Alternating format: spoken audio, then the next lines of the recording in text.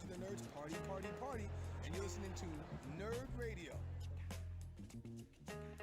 Welcome back to Nerd Radio on your podcast page over at WRIF.com and on our website at NerdRadio101.com. That's where you can also find us on your social media at Nerd Radio 101, YouTube, Facebook, Instagram, Twitter, but not OnlyFans.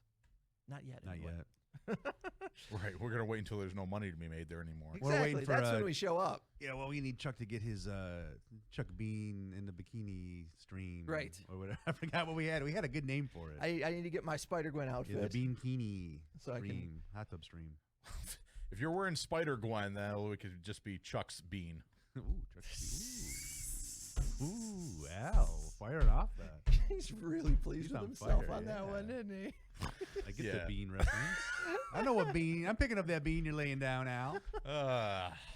You're hitting me right in the bean frequency. Can I go now? Just a couple more minutes. Have I delivered my joke quota? Just a couple more minutes. Just let me get through a couple more sequences. So this week in comic stores, Marvel has a $10 issue that I'm actually pretty cool with. It's called Marvel Voices Pride. Oh, hello. And it's a whole bunch of Pride Month stories from different creators and stuff. There's a lot of X-Men in here. I'm going to see any of pretty these cool. sexy ladies of the X-Men universe slap clams? No. Lots of kissing, though. Oh, well, I'll take it. Yeah. Cyclops in there? You know what? I didn't see him in here. Or we figured he was a cuck, right? Is Yeah. that, Right. Yeah. There is a really cute Iceman story from the Silver Age.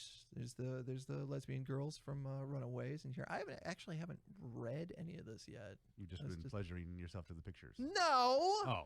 I was Sorry. like, you I knew use I your wanted- comics for different things than I do. Right. I knew I wanted to pick it up and read Yeah. it because I knew there would be a bunch of X-Men stuff in there. Right. So No Nightcrawler. That's in the Shame issue. Oh, the shame issue. Because he's a diddler. He's shameful. really not.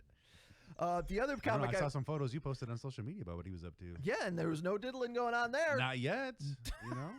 That was next week. That was a completely of age and consenting adult Yeah. that he was having a good time with. Going back to the Batman story, I don't know if you saw that, Al, but the guy who created Nightcrawler, his name escapes me at the moment, the artist who created the design of Nightcrawler back in the 70s, his son posted a couple of sketches that were apparently the last sketches in his sketchbook of Nightcrawler and Storm having some fun naked times. Oh. And doing things Batman would not. Well. Oh. So, I'll tell you this. So we know for sure Nightcrawler goes down. yeah, exactly. And he's Is hung. it David Cockrum? David Cockrum. Yes, absolutely. David convenient. Cockrum.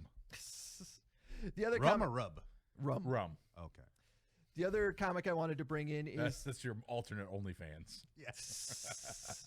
I'm David Cocker Rub. yikes. Oh, DMX is getting exhausted by this episode. Really is. What? Just a name. The other Copperfield, but a different family tree. The other comic I brought in for you guys came out last week, and it's the Return of Jupiter's Legacy. Hey! A double-sized issue of a series that's going to go run 12 issues called Jupiter's Legacy Requiem by the original writer, Mark Millar, and artist Tommy Lee Edwards, who I don't think worked on any of the other stuff. But this one takes place in the far future of the Jupiter's Legacy So is storyline. that going to be the original? Like, so the guy that's on the cover right now, is that the Josh Groban or whatever his name is, his character? Josh Groban. It is not. Okay. No, at this point, his character has died. Okay. And his... So is that his son? His... Wait, is Josh Groban in this show? He is not. Josh Duhamel. Duhamel, thank you. Josh Duhamel was the... Josh Groban was the only Josh that came in my mind. No, Josh Duhamel's character had passed on, and this is the son of his daughter, so his grandson. Okay. Just checking out Jupiter's Legacy real quick. Yeah, with Josh Groban.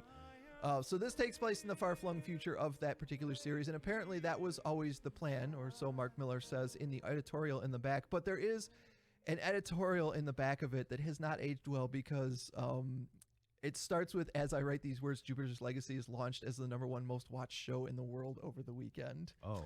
Ooh. And this issue came out a week or two after they decided they're not going to make any more. I don't think that's a true statement. That's what I was going to say. It was. Yeah, so it's nice to see the excitement that he had when it was just launching, but I'm really curious, maybe issue 2 or 3, what the editorial for that There'll issue be a is gonna retraction. be Last issue, you may have noticed that I said something about it being the most about program. about being really excited for the next 3 to 4 seasons of Jupiter's Legacy. And I'm incredibly depressed right now. I'm actually on a watch at a hospital because I'm very sad that it's no longer. I think he's doing fine for Yeah, himself. well, yeah, I'm sure he's got plenty of money. But that's what I was going to say when you were talking about that new issue coming out, that they're cashing in on a failed TV show. They are. But something stuck in my throat. Shut up.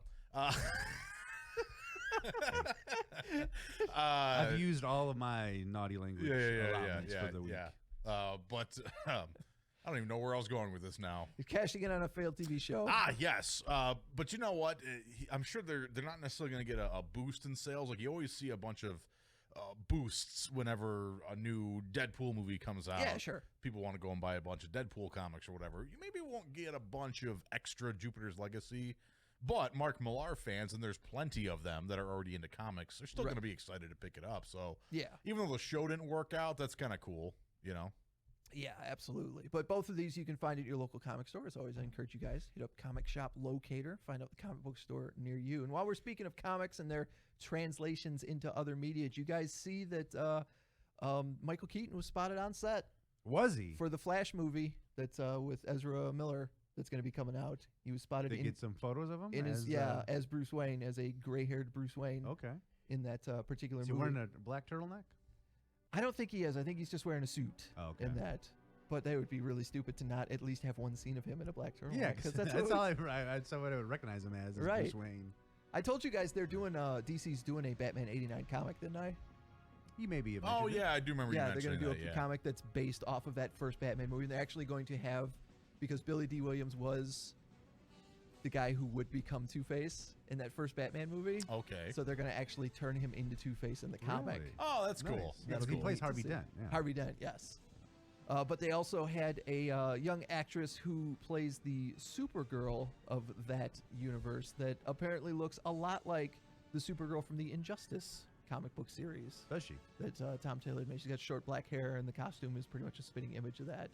And the writer, Tom Taylor, when he saw the pictures online, posted pictures side by side with like the art from the comic, and it was like, nobody told me this was happening, and it's so exciting and cool that they're taking a character that I kind of created for DC Comics, and then like I'm gonna get to see an actress play her on the screen. How neat is that? Also, they're working on the Shazam sequel, Fury of the Gods. Did you guys see the director leaked the pictures of the costumes for the whole cast? No. I saw the picture that you have up on your computer screen. Yes, I saw that one. I didn't realize Adam Brody was going to be in it. He's the dude from like the OC, right? Yeah. But yeah, there's because at the end of the first Shazam movie, all the other kids that the lead kid, I can't remember his name. I can't remember he either. he was in a foster home, but they all got Shazam powers. I don't even remember. I barely remember that movie now. That they're talking. It was. I think it happened around Christmas time. Yeah. In the movie. Yeah, I can't even. I remember you and I ended up at that premiere. That's right. That's one. Yeah, one of the premieres that we went to. I remember the front half of that movie, but I do not remember the back half. I don't remember how it. I remember that. The back half is usually the half I'm always remembering. Did you guys see the video online of the dude flying around New York City in what looked like a goblin glider? No. Yeah, he's got like a couple of drones taped together or whatever on his feet, and he's kind of flying back and forth. No, this is in real life? It's real life. Somebody had put together, like, made their own goblin glider. Can you see my screen from over there? Yeah.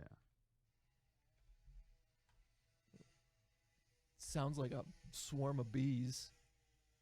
This dude's just going down the street. I mean, maybe I have seen that. I remember seeing a video of a dude on a hoverboard that would like fly, but I thought it was in LA.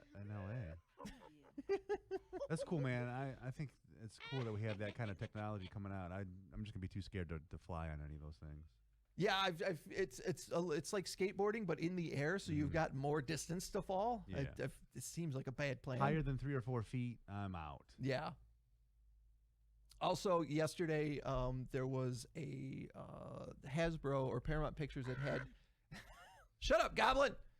Oh, it's like someone got a bird in here? Paramount Pictures had not a screening so much, but like an advance, here's what we're going to do with the next Transformers movie. Oh, nice. That's coming out next year, and apparently it's going to be Beast Wars. Oh. But it's going to take place in modern times, whereas the Beast Wars cartoon happened in the prehistoric times. Like it was part of the reason they did Beast Wars is so they didn't have to animate people. Okay. They just could animate the robots turning into like a monkey and a bug and a bird, and we'd be done. We'd just have that much stuff. But it's going to take place in New York City and a couple of other places in modern times. Okay. But there's going to be a whole bunch of Transformers that turn into beasts and monsters. Interesting. I think that'd be cool. I mean, I'd want to see him interact with people and stuff. But yeah, it's a new Transformers movie coming out. There's also the guys who make the Pokemon Go game. They made a Ghostbusters game, last year, the year before, that works a lot like Pokemon Go. Yeah. They're working on a Transformers game. Oh, that'd be interesting. I mean, they just make the same game over and over. It's almost like Telltale. They just make the same game over and over again with a different license, but that's essentially what's happening there, is that it's going to be, you go to different places, and it's not like you capture Transformers, but you fight, with your Autobot Transformers, you fight against Decepticons. All right, well, that's going to do it for Nerd Radio. I had this story that I wanted to tell you guys about. Even though it's not quite a Nerd Radio story, I thought it was really funny. A story over on Gizmodo about a guy who lost his fantasy football league, and the punishment was that he had to serve a 24-hour stint at a Waffle House. So he had to sit in the restaurant for 24 hours? He had to sit in the Waffle House for 24 hours, but the catch was he could shave an hour off the time he had to be in the restaurant for every waffle he ate. So for every one waffle he ate, he could shave an hour. Now, obviously, if he ate like 20, 23 waffles, then he could just go home. Yeah. But that's a lot of waffles. I wonder if I could eat 24 waffles. They are big waffles, too, I understand. I saw that story on the news, too. And, like, each waffle is an undertaking. Yeah. And he kind of, like, live tweeted his time at the Waffle House, I think. Yeah, because he ate... How many does... It was in the teens. Yeah. Let me find it here. 16, maybe? No. 16 or 18. Like, what happens if you're just sitting there too long in the Waffle House? Like, hey, get the hell out of here. This isn't a shelter. Well, I guess the reason they did it is because Waffle Houses are open 24 hours, and they typically don't just boot people out. Oh, man, if it was my Waffle House, but get the hell out of here. I don't care about your stupid fantasy football league. On Twitter, buy 24 waffles. On Twitter, he said he ate 9 waffles and spent 15 hours in the restaurant. Shout out to the staff for letting me hang out on a slow night. I tip them well, don't worry. This was horrible, and I recommend no one ever do this. Oof. Is somebody drinking a shake? It's ambient diner noise. Ambient diner noise? Yeah. Maybe it's coffee brewing? I had chicken and waffles for the first time at a local diner last year. No, it had to be the year before, because last year we didn't go out to eat at all. No. But even chicken and waffles was too much. I could not finish it. To me, it's weird. It's a weird flavor combo. I had it at a place in Vegas when the station here would take us out there for the Sin City Takeover, and I ordered it, and I was like, you know what? I like them separate. I don't like them together. Yeah. I don't want maple syrup on fried chicken is a little strange. Yeah. I just didn't care for it. Yeah. And that's where we're going to leave you. Maple syrup on fried chicken. There's a taste in your mouth we can leave you with. Yep, exactly. Thank you guys for joining us for this week's... Tasty finish in your mouth. That's where Al always finishes.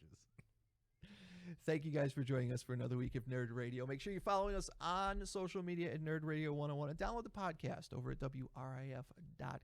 We'll be back next week. Well, me and Al will be back next week for another episode of Nerd Radio. James, you're going on vacation. I want to wish you a happy vacation. Well, thank you. We've got something special cooked up for next week's Nerd Radio, and then I think we're all going to be on vacation the week after that. So until then, follow us on social media, Nerd Radio 101. Have a good week. We'll talk to you next week. Thanks for watching, everybody. Yep. See ya. I forgot to have the production up and ready for that. There you go. We're in a difficult situation here. I mean, after all, we're nerds. This Transformer is cool. Have a great weekend. See you later, nerds. The future's stupid, guys. I'm sorry, but it is. I have spoken.